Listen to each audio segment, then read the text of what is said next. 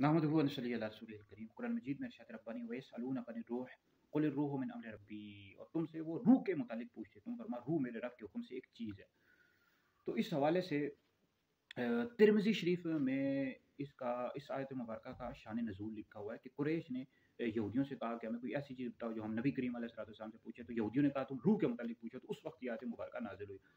तो बुखारी शरीफ में की रिवायत के मुताबिक ये आयत मुबारका मदीना शरीफ में नाजिल हुई। तिरमिज़ी शरीफ के मुताबिक ये आयत मुबारका मक्का शरीफ में नाजिल हुई। तो हो सकता है कि ये आयत मुबारका 2 दफ़ा नाजिल हुई। तो नबी करीम अलैहिस्सलाम से रूह के मुतालिक पूछा गया, तो फरमाया, तो अल्लाह रब्बुल इज़्ज़त ने इरशाद फरमाया ये तुम्हारे रब के हुक्म से एक चीज़ है। तो इस हवाले से याद रखें कि अहले सुन्नत का ये नज़रिया है कि अल्लाह रब्बुल इज़्ज़त ने अपने महबूब अलैहिस्सलाम को मा कान मा यकून का इल्म अता किया, और ये इस तरह नबी करीम अलैहिस्सलाम को उलूम खमसा में से भी हिस्सा दिया गया। जो शख्स ये कहे कि मुतलक तौर पर नबी करीम अलैहिस्सलाम से इल्म ग़ैब की नफ़ी करे, ऐसा शख्स दार इस्लाम से खारिज है।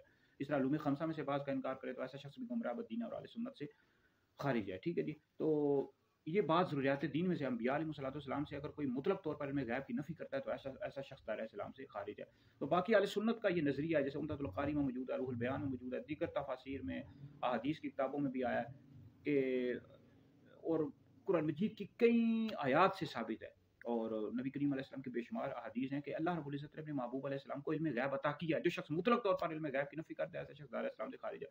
बाकी अहले सुन्नत का नज़रिया है कि अल्लाह रब्बुल इज़्ज़त ने अपने महबूब अलैहिस्सलाम को रूह का भी इल्म अता किया है।